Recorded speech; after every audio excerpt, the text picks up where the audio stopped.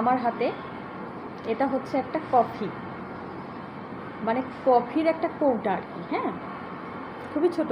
যাই হোক, এই কফিটা কি এবং আমরা এটা কেন খাই তাহলে শুনুন।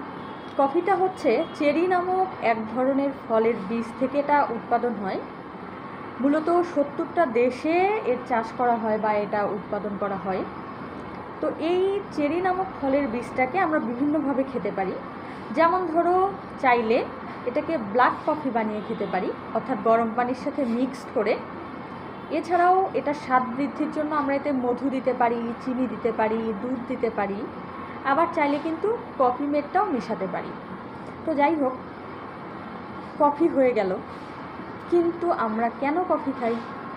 কারণ হচ্ছে আমাদের ক্লান্তিময় শরীরে একটুখানি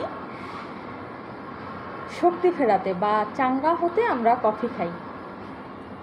আমার জন্য খুব ভালো একটা উপাদান হচ্ছে কফি। হুটহাট করে প্রেশার নেমে গেলে আমি 1 কাপ কফি খেয়ে নেই।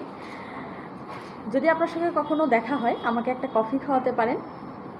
আপনি জিজ্ঞেস করবেন না যে আমি কিসে কফি খাবো। আপনি পারলে একটা বড় বোলে করে কফি দিয়েন, অথবা বড় বোতলে করে, অথবা একটা জগ ভর্তি করে আমাকে কফি দিয়েন। তাতেও আমি কমপ্লেন করব না, আমি মন খারাপ করব না।